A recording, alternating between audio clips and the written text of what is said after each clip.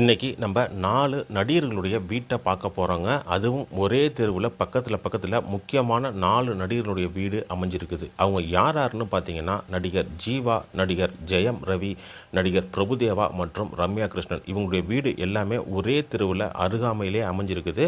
அவங்களுடைய வீடை ஒன்றுன்னா பார்க்கலாம் வாங்க. இப்போ நம்ம இருக்கக்கூடிய இடம் எதுன்னு பார்த்தீங்கன்னா, சென்னை கிழக்கு கடற்கரை சாலையில் இருக்கக்கூடிய ஈஞ்சம்பாக்கம் அப்படின்ற ஏரியா தாங்க. இந்த ஏரியாவில் பிரார்த்தனா தியேட்டர், அதாவது சென்னையிலே டிரைவின் தியேட்டர் ஒன்றே ஒன்று தாங்க. கார்லேயே உட்காந்து படம் பார்க்கக்கூடிய வசதி உள்ள தியேட்டர்.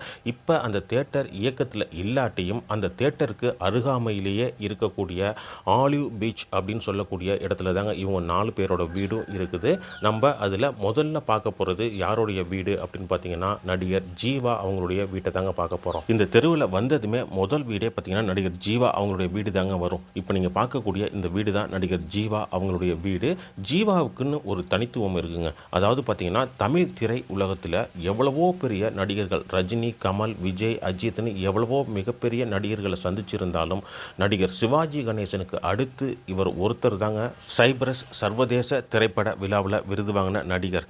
நடிகர் சிவாஜி கணேசனுக்கு அடுத்து தமிழ் திரை உலகத்தில் இந்த விருதை வாங்கின ஒரே நடிகராக கௌரவிக்கப்பட்டவர் நடிகர் ஜீவா தான். அதுவும் 2005ஆம் ஆண்டு இவர் நடித்த ராம் அப்படின்ற படத்துக்காக இந்த விருது இவருக்கு வழங்கப்பட்டது. தயாரிப்பாளர் ஆர்.பி. சௌத்ரி அவர்களுடைய இளைய மகன் தாங்க ஜீவா. இவருடைய இயற்பெயர் பார்த்தீங்கன்னா அமர் சௌத்ரி. இவர் ஜனவரி 1984 பிறந்திருக்கிறாரு.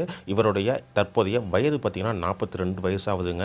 இவர் சுப்ரியா அப்படிங்கிறவங்கள 2007ஆம் ஆண்டு திருமணம் பண்ணியிருக்காங்க. இவருக்கு ஒரு பெண் குழந்தையும் இருக்குதுங்க. இவருடைய தந்தை ஆர்.பி. சௌத்ரி ராஜஸ்தான் வம்சாவளியை சேர்ந்தவராக இருந்தாலும் இவருடைய தாயார் தமிழ் வம்சாவளியை சேர்ந்தவங்க தாங்க. இவர் உடன் பிறந்தவங்க இவரையும் சேர்த்து மொத்தம் 4 பேருங்க. சுரேஷ் சௌத்ரி, ஜீவன் சௌத்ரி, ஜித்தன் ரமேஷ் அப்படின்னு இவரையும் சேர்த்து மொத்தம் 4 பேர். தமிழ் திரை உலகத்தில் மிகப்பெரிய அளவில் பெயர் பெற்ற சூப்பர் குட் ஃபிலிம்ஸ் அப்படின்றது இவங்க குடும்ப நிறுவனமாகுங்க. அடுத்ததாக நம்ம நடிகர் ஜெயம் ரவி அவருடைய வீட்டை தாங்க பார்க்க போகிறோம். நடிகர் ஜீவா அவருடைய வீட்டிலேருந்து ஒரு வீடு தள்ளி நடிகர் ஜெயம் ரவி அவருடைய வீடு இருக்குதுங்க. நம்ம இந்த காணொலியில் அதாவது பல நடிகர்களுடைய வீடுகளை தொடர்ந்து பார்த்துருக்கோம். இருந்தாலும் இப்போ நம்ம பார்க்க போகிற இந்த வீடு அப்படின்றது மிக பிரம்மாண்டமாகவும் கலைநயத்தோடையும் பார்த்து ஜெயம் ரவி அவர்கள் கட்டியிருக்காரு. அந்தளவுக்கு அற்புதமான ஒரு வீடு ஜெயம் ரவியோட வீடுங்க. அந்த வீட்டை தாங்க நம்ம இப்போ பார்க்க போகிறோம். இப்போ நீங்கள் பார்க்குறீங்க பார்த்தீங்கல்ல, ஒரு பிரம்மாண்டமான வீடு மேலேயே மாடி தோட்டம்னு அவருடைய வீடு ரொம்பவே கலைநயத்தோட ரொம்ப பிரம்மாண்டமாக கட்டியிருக்காரு. வீட்டோட முகப்பை பார்க்குறப்ப உங்களுக்கு அது தெளிவாக புரியுங்க. இவருடைய இயற்பெயர் பார்த்தீங்கன்னா ரவிங்க. இவர் 1980 பிறந்திருக்காரு. இவருடைய தற்போதைய வயது 45 ஆகுதுங்க. இவருடைய தந்தை ரவி மோகன் பிறந்தது மதுரை பக்கத்தில் இருக்கக்கூடிய திருமங்கலம். அதனால் ஜெயம் ரவி அவருடைய பூர்வீக ஊர் அப்படின்னு பார்க்க போனோன்னா மதுரை திருமங்கலம் தாங்க. இவருக்கு ராஜா அப்படின்ற ஒரு சகோதரரும் இருக்கார். அவர் ஒரு திரைப்பட இயக்குனராக இருக்கிறாரு. இவருடைய தாயார் பார்த்தீங்கன்னா ஆந்திராவை சேர்ந்தவங்க. அதனால் ஜெயம் ரவி பார்த்தீங்கன்னா தமிழ் மற்றும் தெலுங்கு இந்த 2 மொழியுமே சரளமாக பேசக்கூடியவருங்க. சென்னை அசோக் நகரில் இருக்கக்கூடிய ஜவஹர் வித்யாலயா பள்ளியில் தான் தன்னுடைய பள்ளி படிப்பை முடிச்சிருக்காரு. பள்ளி படிக்கும் பொழுதே பார்த்தீங்கன்னா பரதநாட்டிய கலைஞரான நளினி பாலகிருஷ்ணன்கிட்ட பரதநாட்டியத்தை முறையாக கற்றிருக்காரு. தன்னுடைய 12வது வயதிலேயே அரங்கேற்றத்தையும் நிகழ்த்தியிருக்காருங்க. பள்ளி படிப்பை முடித்த ஜெயம் ரவி அடுத்ததாக சென்னையில் இருக்கக்கூடிய லயலா கல்லூரியில் தன்னுடைய கல்லூரி வாழ்க்கையும் முடிச்சிருக்காருங்க. கல்லூரி முடித்த உடனேயுமே திரைப்பட துறையில் நுழையணும் அப்படின்னு முடிவு செஞ்சு மும்பையில் இருக்கக்கூடிய கிஷோர் நமித் கபூர் அப்படின்ற நிறுவனத்தில் நடிப்பு பயிற்சியை பெற்றிருக்கிறாரு. அந்த பயிற்சி முடித்து சென்னை வந்த ஜெயம் ரவி 2001ஆம் ஆண்டு பார்த்தீங்கன்னா நடிகர் கமலஹாசன் நடிப்பில் வெளிவந்த ஆளவந்தான் அப்படின்ற படத்தில் சுரேஷ் கிருஷ்ணாவுக்கு உதவி இயக்குனராகவும் பணியாற்றியிருக்காருங்க. அதன் பிறகு தாங்க தன்னுடைய தந்தை தயாரிப்பில் தன்னுடைய அண்ணனான ராஜா அவருடைய இயக்கத்தில் ஜெயம் அப்படின்ற படத்தில் கதாநாயகனாக முதல்ல அறிமுகமாகிறாரு. இந்த படம் பார்த்திங்கன்னா தெலுங்கில் வெளியான ஒரு படத்தோடைய ரீமேக் தான். இருந்தாலும் தமிழில் மிகப்பெரிய அளவில் ஜெயம் ரவிக்கு பேர் வாங்கி கொடுத்துச்சு. அது மட்டும் இல்லாமல் இவருக்கு முதல் படத்திலேயே விருதுகளையும் அள்ளி கொடுத்துச்சுங்க. இந்த ஜெயம் அப்படின்ற பெயர் இவருடைய ரவி அப்படின்ற பெயரோட சேர்ந்து மேடை பெயராக ஜெயம் ரவி அப்படின்னு அழைக்கப்பட்டாருங்க. இந்த படத்தோட வெற்றியின் காரணம். அதன் பிறகு இவர் பல வெற்றி படங்களில் நடிச்சிருந்தாலும் தன்னுடைய அண்ணன் இயக்கத்தில் வெளிவந்த Jayam, M Kumaran, son of Mahalakshmi, Unakkum Enakkum, Santhosh Subramaniam, தனி ஒருவன் போன்ற படங்கள் இவருக்கு மிகப்பெரிய அளவில் பெயரை பெற்றுக் கொடுத்த படமாக அமைஞ்சிச்சுங்க. அதன் பிறகு 2009 பிரபல தொலைக்காட்சி தயாரிப்பாளரான சுஜாதா விஜயகுமாரோட மகளான ஆர்த்தியை திருமணம் பண்ணுறாருங்க. இவங்க 2 பேருக்கும் 2 பிள்ளைகள் இருக்காங்க. இவங்க 4 பேருமே இந்த வீட்டில் தாங்க வசிச்சுக்கிட்டு வந்தாங்க. இருந்தாலும் ஜெயம் ரவிக்கும் ஆர்த்திக்கும் ஏற்பட்ட மனக்கசப்பு காரணமாக ஆர்த்தியை 2024 பிரிஞ்சிடுறாரு. அதன் பிறகு தன்னுடைய தோழியான கேனிஷா அப்படின்றவரோட இணைஞ்சு இந்த வீட்டில் தற்சமயம் வாழ்ந்துக்கிட்டு வர்றாருங்க. விவாகரத்துக்கு பிறகு அவங்கள திருமணம் பண்ண போகிறதாகவும் சொல்கிறாங்க. குறிப்பாக நம்ம பார்க்கக்கூடிய இந்த வீடு அப்படின்றது ஒரு பேங்கில் லோன் வாங்கி கட்டப்பட்ட வீடு. இந்த வீட்டுக்கு முறையாக பணம் செலுத்தாதனால தற்சமயம் இந்த வீடு ஜப்திக்கு சில பேச்சுவார்த்தைகளுக்கு பிறகு தொடர்ந்து இந்த வீட்டிலேயே தற்சமயம் தன்னுடைய தோழியோட வாழ்ந்துக்கிட்டு வர்றாரு ஜெயம் ரவி. அடுத்ததாக நம்ம பார்க்க போகிற வீடு யாருடைய வீடுன்னு பார்த்தீங்கன்னா, நடிகரும் நடன இயக்குனருமான பிரபுதேவா மாஸ்டர் அவங்களுடைய வீடு தாங்க.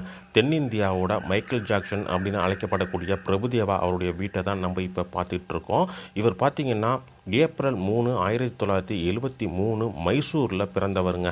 இவருக்கு தற்போதைய வயது 52 ஆகுது. இவர் பிரபல நடன ஆசிரியரான சுந்தரம் அவங்களுடைய 2வது மகன் தாங்க. இவருடைய தாயார் பெயர் பார்த்தீங்கன்னா மகா தேவம்மா. இவருடைய சகோதரர் பெயர் ராஜு சுந்தரம் மற்றும் நாகேந்திர பிரசாத். இவங்க 2 பேருமே நடன இயக்குனர் தாங்க. இவருடைய தந்தை, அண்ணன், தம்பி அப்படின்னு எல்லாருமே நடன இயக்குனராக இருந்தவங்க தான். அதனால நடனத்தின் மேலே இவருக்கு ஏற்பட்ட ஆர்வத்தின் காரணமாக இவரும் ஒரு நடன இயக்குனராக மாறுறாரு. இவருடைய முதல் படம் பார்த்தீங்கன்னா வெற்றி விழா அப்படின்ற ஒரு படத்துக்கு நடன இயக்குனராக பணிபுரிஞ்சிருக்காரு. அதன் பிறகு ஒரு படத்தில் வரக்கூடிய ஒரு பாடலுக்கு நடனம் ஆடி அதன் மூலியமாக தமிழ் மக்களிடையே மிகப்பெரிய அளவில் பிரபலமானார் பிரபுதேவா. அதன் பிறகு பார்த்தீங்கன்னா இவருக்கு நடிக்க வாய்ப்பு கிடைக்கிதுங்க. 1989 வெளிவந்த இந்து அப்படின்ற திரைப்படத்தில் இவர் கதாநாயகனாக அறிமுகமாறாரு. இதை தொடர்ந்து பல படங்களில் கதாநாயகனாக நடித்த பிரபுதேவா பல வெற்றிகரமான படங்களை தமிழ் ரசிகர்களுக்கு வழங்கியிருக்காரு. அது மட்டும் இல்லாமல் இயக்குனர் அவதாரம் எடுத்த பிரபுதேவா விஜயை வச்சு போக்கிரி, வில்லு உள்ளிட்ட பல தமிழ் படங்களையும் இயக்கியிருக்காரு. இதை தொடர்ந்து மின்சார கனவு அப்படின்ற படத்தில் வெளிவந்த வெண்ணிலவே அப்படின்ற பாடலுக்கு இவர் நடனம் அமைச்சது மூலியமா இந்திய தேசிய திரைப்பட விருது இவருக்கு கிடைச்சிருக்குதுங்க. இவருடைய தனிப்பட்ட வாழ்க்கை அப்படின்னு பார்க்க போனால் ரமலத் அப்படின்ற பெண்ணை திருமணம் செய்கிறாருங்க. இவருக்கு மொத்தம் 3 குழந்தைகள்ங்க. ஆனால் அதில் மூத்த குழந்தை பார்த்தீங்கன்னா ஆண் குழந்தை 2008 புற்றுநோய் காரணமாக இறந்துடுறாங்க. அதன் பிறகு பிரபுதேவா சில காலம் சினிமா துறையை விட்டு விலகி இருந்தாலும் பல படங்களை இயக்க ஆரம்பித்ததுக்கு பிறகு போக்கிரி, வில்லு போன்ற படங்களில் நடித்த, அதாவது இவர் இயக்கி இவர் படத்தில் நடித்த நயன்தாராவோட இவருக்கு நட்பு ஏற்படுது. அது தொடர்ந்து தன்னுடைய மனைவியான ரமலத்தை பிரிஞ்சு நயன்தாராவுடன் பிரபுதேவா வாழ்ந்து வந்தார். இது தெரிஞ்ச பிரபுதேவாவுடைய மனைவி தன்னுடைய கணவரான பிரபுதேவா மேலே வழக்கு பதிஞ்சது மட்டும் இல்லாமல் பல போராட்டங்களையும் நடத்தினாங்க. இவருக்கு ஆதரவாக பல மகளிர் அமைப்புகளும் வந்துச்சு. அதன் பிறகு 2012 ஒரு பத்திரிகைக்கு நயன்தாரா தான் முழுமையாக பிரபுதேவாவை விட்டு பிரிஞ்சிட்டதா ஒரு அறிக்கை ஒன்று கொடுத்தாங்க. இதை தொடர்ந்து பிரபுதேவா மும்பையில் போய் தனிமையில் சிறிது காலம் வாழ்ந்துக்கிட்டு வந்தார். இப்போதைக்கு இந்த வீட்டில் பிரபுதேவா தன்னுடைய முதல் மனைவி மற்றும் குழந்தைகளோட வாழ்ந்துக்கிட்டு வர்றதா தெரிவிக்கப்படுது. அடுத்ததாக நம்ம ரம்யா கிருஷ்ணன் அவங்களுடைய வீட்டை பார்க்க போகிறாங்க. பிரபுதேவா வீட்டிலிருந்து ஒரு வீடு தள்ளி ரம்யா கிருஷ்ணனோட வீடு, அதுவும் கடற்கரை ஓரமாக அமைஞ்சிருக்குதுங்க. கடற்கரையை விட்டு அடுத்து வந்தால் ரம்யா கிருஷ்ணன் அவங்களுடைய வீடு தான். இந்த கேட்டை தாண்டினோம்னா கடற்கரை தான். இந்த கேட்டுக்கு பக்கத்திலேயே ரம்யா கிருஷ்ணன் அவங்களுடைய வீடு அமைஞ்சிருக்கு. அந்த வீட்டையும் கடற்கரை ஓரமாக நின்று பார்க்கலாங்க. ஏன்னா இங்கேருந்து பார்க்குறத விட கடற்கரை ஓரம் நின்று பார்க்குறப்ப இந்த வீட்டுடைய பிரம்மாண்டமும் அழகும் உண்மையிலே உங்களை ஆச்சரியப்படுத்தும். அந்த அளவுக்கு கடற்கரை ஓரமாக ரம்யா கிருஷ்ணனுடைய பிரம்மாண்ட வீடு அமைஞ்சிருக்குதுங்க. இப்போ உங்களுக்கு நேர் எதிராக தெரியுது பாருங்கள், கடற்கரையிலேருந்து எவ்வளோ தூரம்னு பார்த்துக்குங்க. இந்த வீடு தான் நடிகை ரம்யா கிருஷ்ணன் அவங்களுடைய வீடு. இந்த ஏரியாவில் முத ரம்யா கிருஷ்ணன் தான் இடம் வாங்கி வீடு கட்டி வந்திருக்காங்க. அதன் பிறகு தான் பிரபுதேவா, ஜெயம் ரவி, ஜீவா மற்றவங்க எல்லாருமே வந்திருக்காங்க. நம்ம இதுக்கு முன்னாடி 3 நடிகர்களுடைய வீட்டை பார்த்தோங்க. முதல்ல ஜீவா அவங்களுடைய வீடை பார்த்தோம். ஜீவா அவர்கள் தன்னுடைய அப்பா தயாரிப்பாளராக இருந்து தன்னுடைய அப்பா தயாரிப்பில் நடித்து இன்றைக்கி மிகப்பெரிய அளவில் ஒரு ஹீரோவாக வளர்ந்து நிற்கிறாரு. அதே போல் பார்த்திங்கன்னா ஜெயம் ரவியும் தன்னுடைய அப்பா தயாரித்து தன்னுடைய அண்ணன் இயக்கத்தில் வந்த படத்தில் நடித்தது மூலியமாக தான் இன்றைக்கி தமிழ் திரை உலகத்தில் இவ்வளோ பெரிய ஆளாக இருக்கார். அதே போல் பிரபுதேவாவும் தன்னுடைய அப்பா சுந்தரம் மாஸ்டர் சினிமா துறையில் இருந்ததுனால அவரை பின்தொடர்ந்து அவரும் சினிமா துறைக்கு வந்திருக்காரு. அதே போல தாங்க ரம்யா கிருஷ்ணனும். ரம்யா கிருஷ்ணனுடைய மாமா சோ ராமசாமி. இவர் நகைச்சுவை நடிகராகவும் அரசியல் சார்ந்து இவர் பேசக்கூடிய வசனங்களாலேயும் தமிழ் மக்களிடையே பிரபலம் அடைஞ்சவர். மாநிலங்களவை உறுப்பினராக சிறிது காலம் இருந்திருக்கிறாருங்க. துக்ளக் அப்படின்ற பத்திரிகை ஆசிரியராகவும் பணியாற்றியிருக்காரு. இவருடைய சொந்த தங்கை மகள் தான் ரம்யா கிருஷ்ணன். தமிழ்நாட்டில் ஒரு பாரம்பரியமிக்க பிராமண குடும்பத்தில் பிறந்தவங்க தான் ரம்யா கிருஷ்ணன் அவங்களுடைய தாயார். இருந்தாலும் அவங்க ஒரு தெலுங்கரை காதலித்து தன்னுடைய பெற்றோருடைய சம்மதத்தோடு திருமணம் பண்ணிக்கிட்டாங்க. அதனால் பார்த்திங்கன்னா ரம்யா கிருஷ்ணனுடைய தாய்மொழி தெலுங்கு அப்படின்னு மாறிடுச்சுங்க. அது மட்டும் இல்லாமல் ரம்யா கிருஷ்ணனும் ஒரு தெலுங்கு இயக்குனரை தான் காதலித்து திருமணம் பண்ணிக்கிட்டு இருக்காங்க. அதனால் முழுக்க முழுக்க இவங்க ஒரு தெலுங்கராகவே கருதப்பட்டாலும் தமிழ் ரசிகர்கள் மத்தியில் இவர் ஒரு ராஜமாதாவாகவும் நீலாம்பரியாகவும் இன்றைக்கும் போற்றப்படுறாருங்க.